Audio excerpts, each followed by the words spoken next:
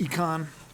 Let's pick up where we left off. So when we spoke last, we had gone into all the differences between perfect competition and monopoly and monopolistic competition and oligopoly.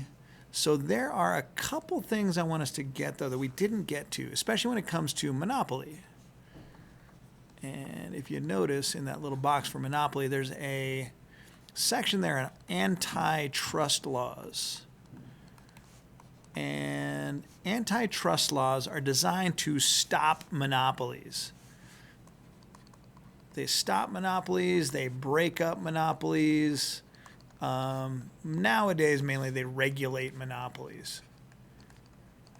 Because monopolies are a little bit scary in American society, because if we have one company in charge of something and we come to rely on that thing, that means a big part of our society is run by, and sometimes just one man or one woman, usually a man, in charge of some big giant segment of society.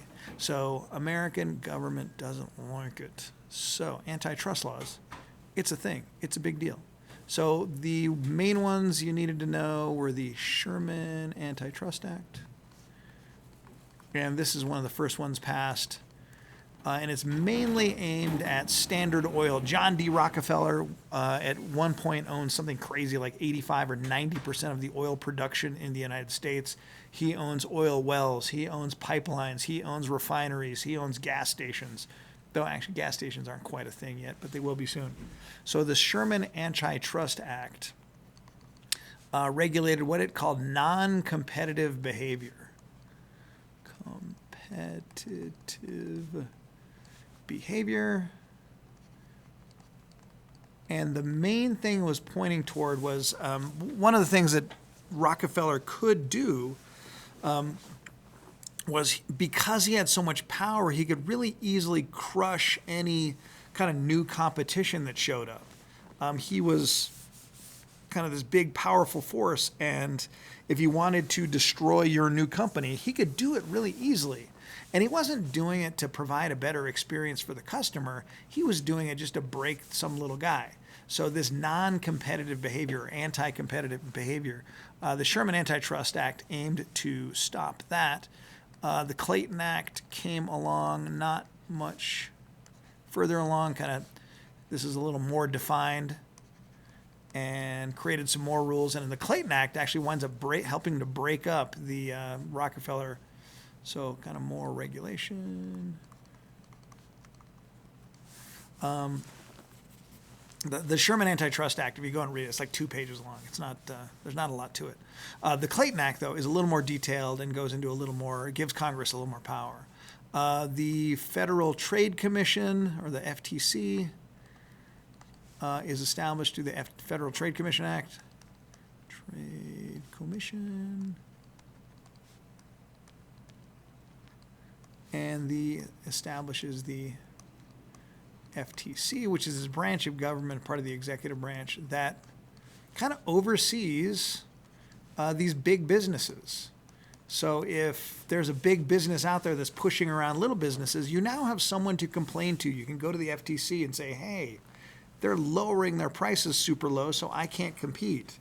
Or they're raising their prices so high, or they're, they're making things impossible for me. So you can go and complain to somebody. Nowadays, the FTC is still a thing. If two big businesses want to combine, they have to run it past the Federal Trade Commission first. And the Federal Trade Commission has the power to say, no, you cannot merge these two massive businesses. So, still a thing. Other parts of this law, we get laws on deceptive advertising, or not this law in particular, but other laws that follow along. So no deceptive ads. You can't lie in an advertisement. And then we have kind of workplace regulations that got added onto this too. Oh, that should be a W. Workplace regulations. All right. Next bit in monopoly, and this one is a little further down. It's under price discrimination.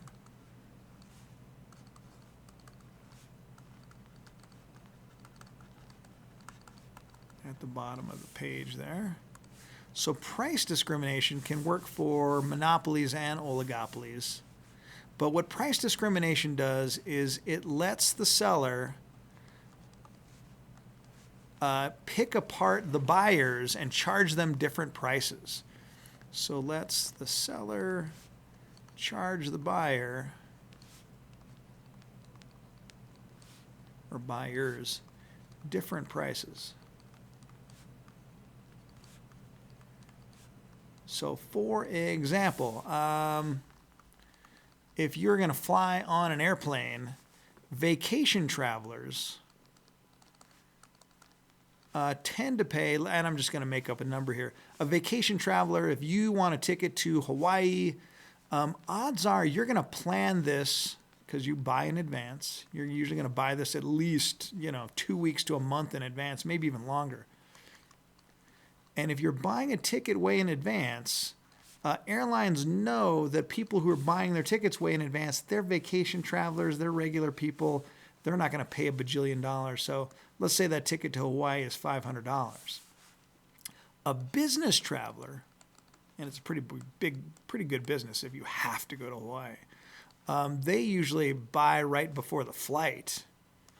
So they usually buy just before because some emergency popped up at the pineapple plantation. I need to get you down there to talk to those people at Dole right away. And because they're business travelers and they have to get there right now, airlines know this, and they will charge a business traveler $2,000. So I dare you, go right now to the Reno airport and buy I want the next flight to Hawaii, sir. Just run up to the Delta terminal and ask for a ticket on the next flight to Honolulu, and it's going to be expensive. Okay. However, if you buy a ticket for, mid-February, 2 months out, it's going to be about $500. So this is price discrimination. We see a bunch of other examples.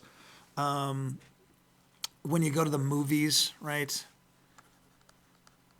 When you were kids pay less.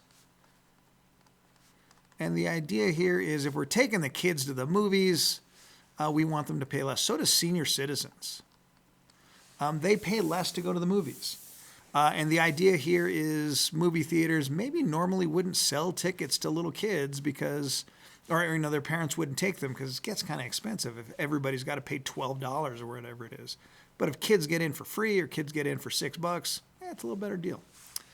And then the last thing on there was cartel agreements. So cartels, this from, right? When you think of cartels, it's usually like drug dealers getting together and doing bad stuff. It comes from an economic term. And cartels happen when you have a few sellers. And remember, that's an oligopoly. So if you have an oligopoly where you have a bunch of competitors, actually just a few competitors, those competitors can get together and try to act like a monopoly.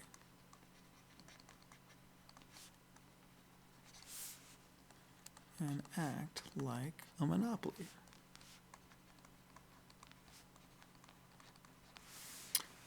Which is pretty good for them because they can do all the things that a monopoly does. They can set prices. They can kind of agree on costs. They can maybe share costs. And they can work together like a monopoly and earn the profits of a monopoly. So they get to keep profits. And this is where the drug dealing monopolies tend to fall apart. Because if you're already selling drugs, you're already kind of committing crimes. So there is a high kind of temptation to cheat. And to cheat your competitors.